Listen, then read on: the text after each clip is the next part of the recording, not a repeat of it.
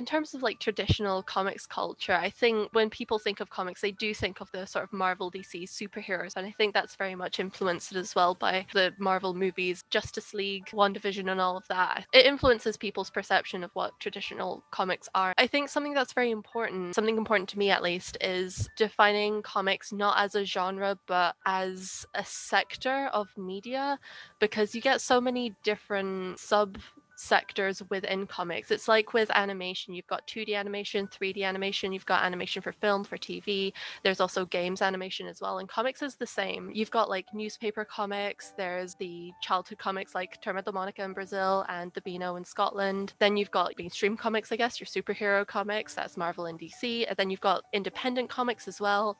And there's also zines, which I think fall under the comics umbrella because it's like sequential art. So it's hard to say like one of those is like traditional comics, because they're all traditional comics. They've all existed for absolutely ages, decades, centuries. Recently, I'm doing a bit of like animation tutoring, and a lot of the students are interested in comics and want to better understand the world of comics industry. That's like the first thing that I said to them. You need to change your perception of what the comics industry is now before you like try to get into it, because there's so many different avenues you can take. And if you're wanting to work in comics, it can be quite overwhelming to try to figure out where you fit in if you don't understand the different areas that comics can exist in. I generally think I am quite traditional. I tend to make traditional choices, and I'm totally sort of sold up to the whole story structure stuff as well. I just think that it gives you freedom, quite like limitations actually. I think when people have limitations, it gives you a lot of freedom within that. I taught in secondary schools for like 16 years, and generally if you had a class of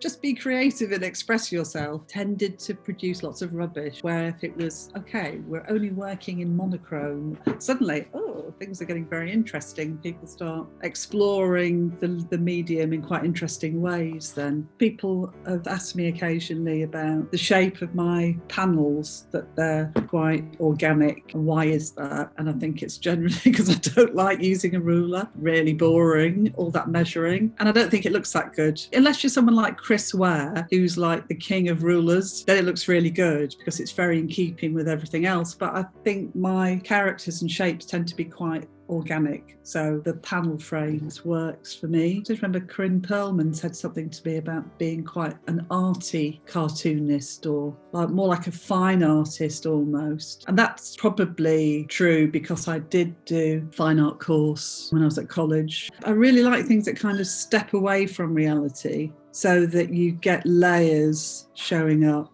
that represent possible other realities, but also how people are feeling, so that you can show visual metaphors of how people feel, for instance, you know, or something which represents the relationship between main characters and the story. But I'm sure there's all sorts of artists who do something similar, cartoonists, so I don't think that makes me less traditional. Yeah, it's a good leveller, isn't it, as an art form? Plus, people can be brilliant storytellers, but maybe their drawing is not quite caught up with the writing yet. But I think everyone's got an artist inside them. It just kind of needs to find its way. Obviously, a lot of people, when they start working in comics, and I was the exact same, are like, oh, I want to work for Marvel. I want to draw Deadpool. I've got this list of my favourite characters I want to do. But the more I was able to look at comics that fell outside of that, the more opportunities there are to tell completely different sorts of stories. I studied comics in Dundee, so we got to look at a lot of world comics like Mazariel's City and all these very almost proto-comics, comics that you wouldn't necessarily think of as comics that are maybe told with woodblocks or with single images that have captions, and they aren't as kind of sequential as modern day comics, are really interesting to me because there's a much more pausing and much more, you have to be very intentional about which images you use. Like if you're making a woodblock or a print of every single panel, that's so much work. You can fill it with a load of different images, which is really fun, and I still love doing that with more traditional like ink comics. But I really like that kind of need to decide really carefully what moments you're showing. And I think that that's useful whatever kind of stories you're telling. So definitely I kind of try and draw from more unusual comics as much as I can. I write commando comics, so they're a very long-standing British tradition of these pocket-sized, complete story war comics. I find myself having turned away from DC and Marvel comics. I like what comics can do outside of just telling a fun story. Meg John Barker's work, when it comes to their work work on gender, sexuality, queerness, that kind of stuff. I think comics can be so much more. And Meg John has one way of really doing that, taking these really difficult, huge subjects and breaking them down into a comics kind of form that's easy to follow. Traditional comics culture, I would say, and historically, is very male-centered, specifically cisgendered, heterosexual, white male-centered, of a certain age even, and kind of the good old boys club. And I would say my work is not that at all. I work not even really hard, because it's not hard to find women who were involved in the war that haven't been written about, because most of them haven't been written about. And it's just about actually telling their story or making it interesting. Yes, women were here. A weird stretch, I know. I write a lot about that in my academic work as well, about toxic geek masculinity, but when it comes to essentially comics or gamer culture or anything like that, where if you're not cisgendered, heterosexual, straight white male, then you're othered for one reason or another, which is why I think even though Marvel and DC have tried, and that is all I can say that they've done, they've not succeeded, but they've tried, they haven't gotten there. They've just kind of listened to the minority, because as we know from most comics readers and even gamers nowadays are women. If not half, it's more than half. So they're not being necessarily catered to. Going to more indie publishing, or a lot of my friends make those kinds of comics, so I really want to support them and what they're doing. Just something that's different, that isn't the same thing that Alan Moore's been doing since the 70s. That's what I like, and my work, I would say, directly goes against it in both aspects, both my academic and my comics work, but in different ways. The academic work really looks at it and dissects it, whereas my creative work, it looks brand new, and it's just because no one's done it, and because there haven't been many female writers that could necessarily do it justice for the last 30 years. But we've got plenty now, so that's good. If I say to somebody that I make comics, they're like, oh, so the Beano, or oh, superheroes, or oh, you're a comedian. And I'm like, no, no, no, no. So that in Scotland seems to be where the kind of regular person would assume comics are about. I was born in Belgium, and I lived there until I was nearly 5, and comics were just always all around you, and like everybody read comics, and they had not a wider scope, but I think people were more aware of like how much scope comics have. My whole shtick is comics can be about everything and they're for everybody, woo!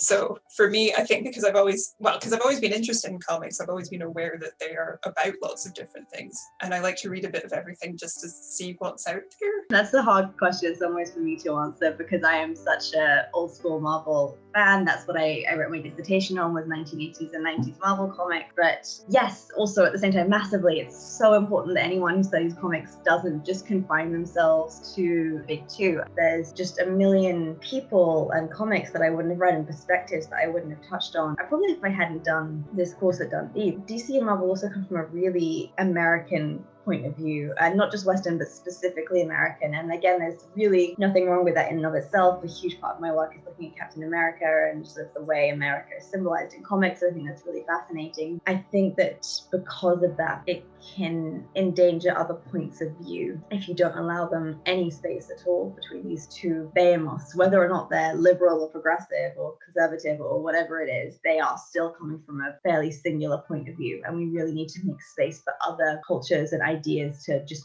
breathe in that space. But if we're speaking about America, there is definitely a traditional comics culture. It was pretty much set in the 40s and 50s with Marvel and DC, with the Comics Code Authority coming into being. Even if that no longer exists, the effect it's had on the comics industry and the way it's developed with these two great big companies we have today, and then Image and a few others, the Comics Code Authority has so much to do with that. I think we can't ignore the effect that it's had on mainstream comics in the West. There is such a thing as traditional comics culture, but there are at least 3 different versions of it. That's coming from a very generalized point of view. I spend a lot of my time talking about traditional comics and explaining why they're so interesting, so I definitely am guilty of helping that to thrive and exist. But equally, a lot of what I try and do, part of it is to critique those traditional ways of thinking about things. So I don't think it's a stretch to say that the comics industry of the 1980s and 90s was pretty homophobic. It wasn't very open to queer creators or queer stories. There was a movement forwards, there was progression, there were people who were doing really good work to shine light on queerness and queer culture. Again, maybe relative to the period, so I'm not saying it would count as good representation today, just because it sucked how homophobic the industry was at the time. It doesn't mean we should forget that that step happened. It's an important part of queer history and of comics history. I'd say all my work and my entrance into comics is definitely a contrast to more traditional Marvel style comics. I remember watching Batman as a teenager and loving it. The over-the-topness of it was great, but really it's the everyday story and the autobiographical have much more impact on me. And stories more widely, not really comics. So film, novels, art, fine art in galleries. I think that informs us as well, those forms of media.